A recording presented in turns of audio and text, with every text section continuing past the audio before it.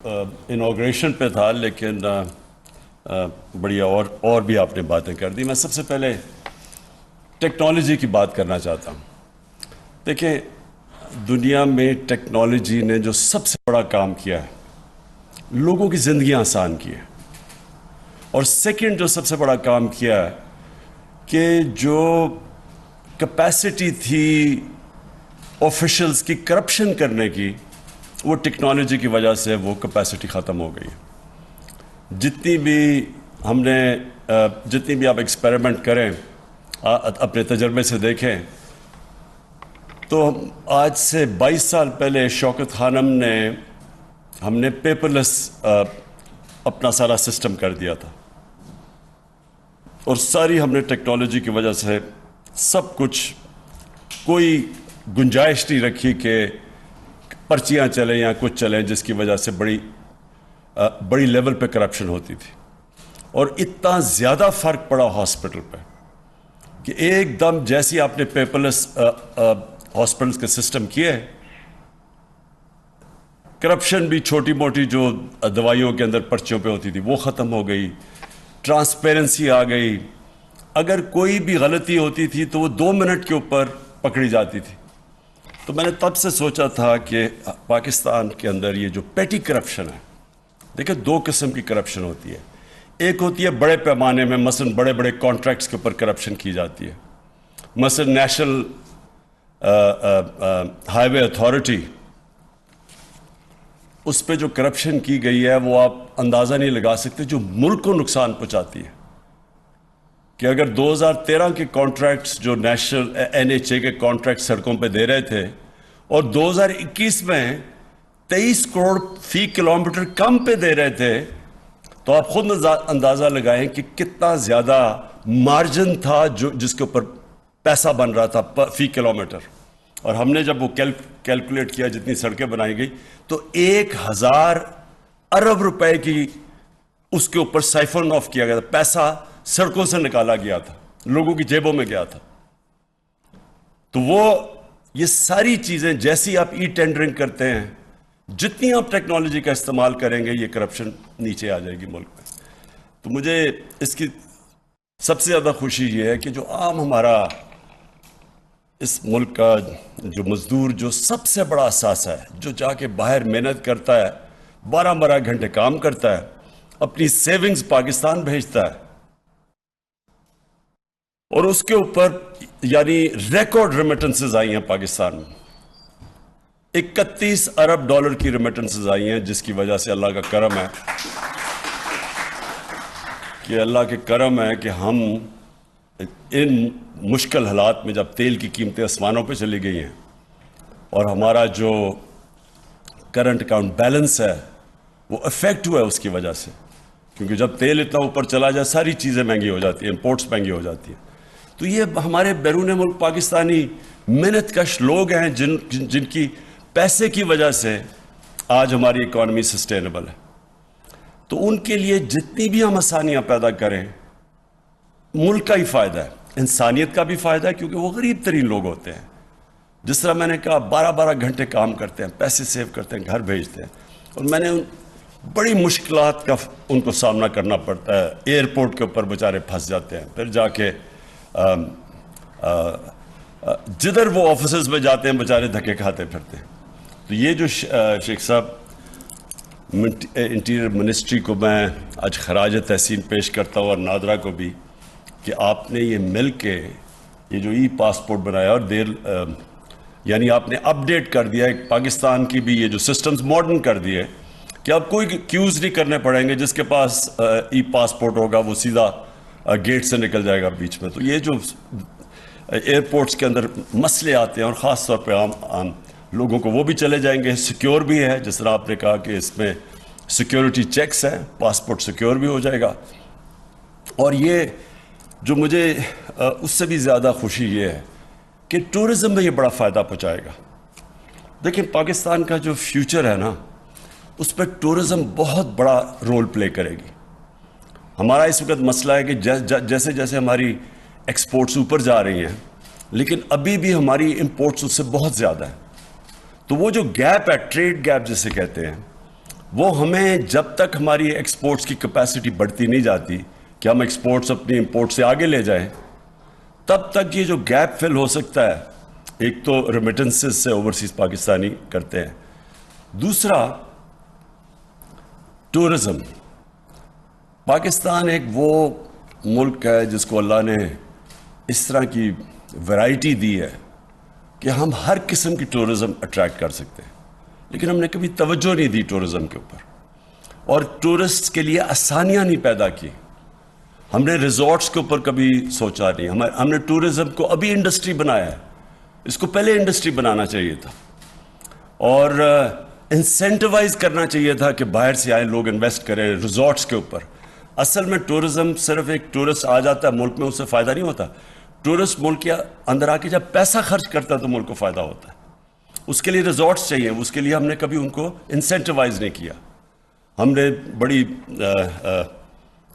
بہت بڑی ایک کام کیا ہے کہ ہم نے اسکردو کو انٹرنیشنل ایئرپورٹ بنا دیا. اس کا مطلب یہ کہ ڈائریکٹلی لوگ اب اسکردو آ سکیں گے، نہیں تو وہ آ کے بیچارے یہاں پھنستے تھے کہ موسم خراب ہوا ادھر اسلام آباد میں. لوگوں کے پاس ٹائم نہیں ہوتا کہ اگر مثلا میری 2 ہفتے کی چھٹیاں ہیں، اب میں 2-3 دن یا اسلام آباد میں انتظار نہیں کر سکتا کہ فلائٹ آئے تو میں اسکردو جاؤں.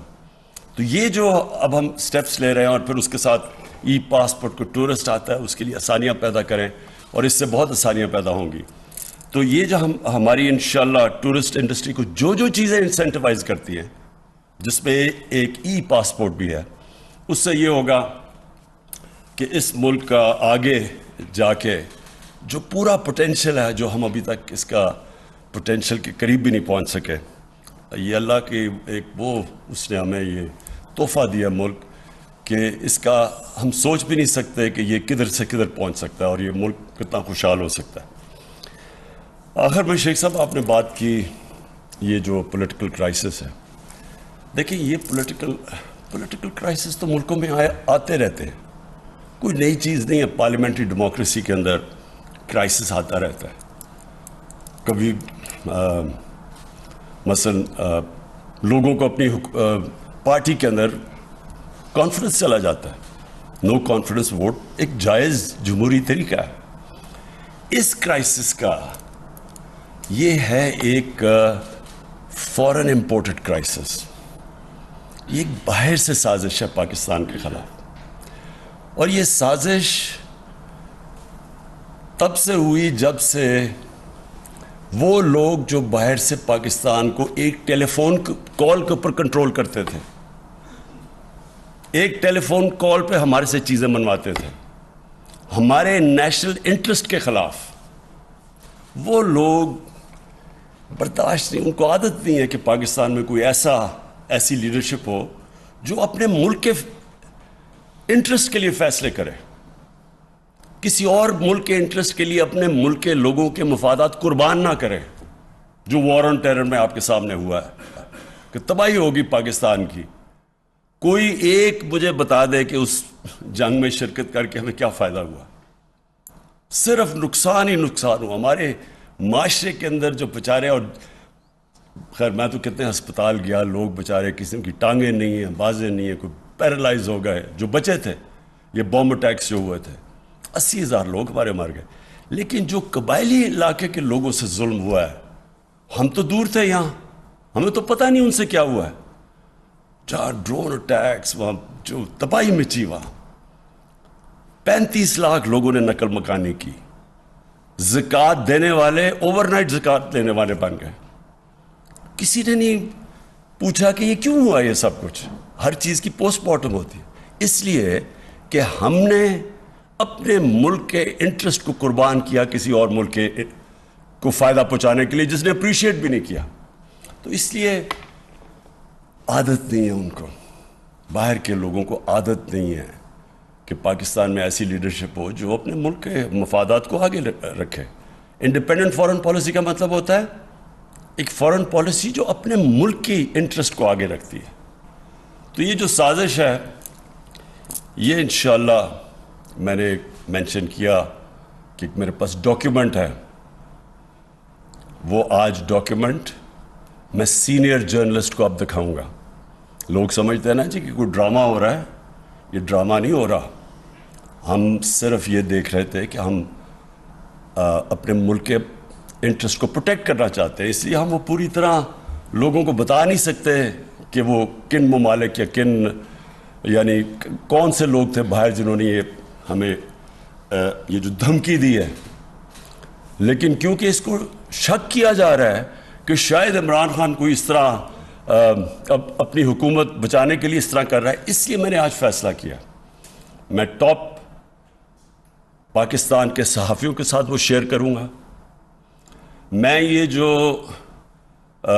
لوگ انجانے میں سازش کا حصہ ہیں، ان کو نہیں پتا کہ وہ کتنی بڑی سازش کا حصہ ہے، ان میں سے جو ہماری ایلائڈ پارٹیز ہیں ان میں سے ایک ایک کو بلواؤں گا، ایک آدمی نمائندے کو بلواؤں گا، ان سے شیئر کروں گا، بتاؤں گا کہ یہ ڈاکیومنٹ ریل ہے.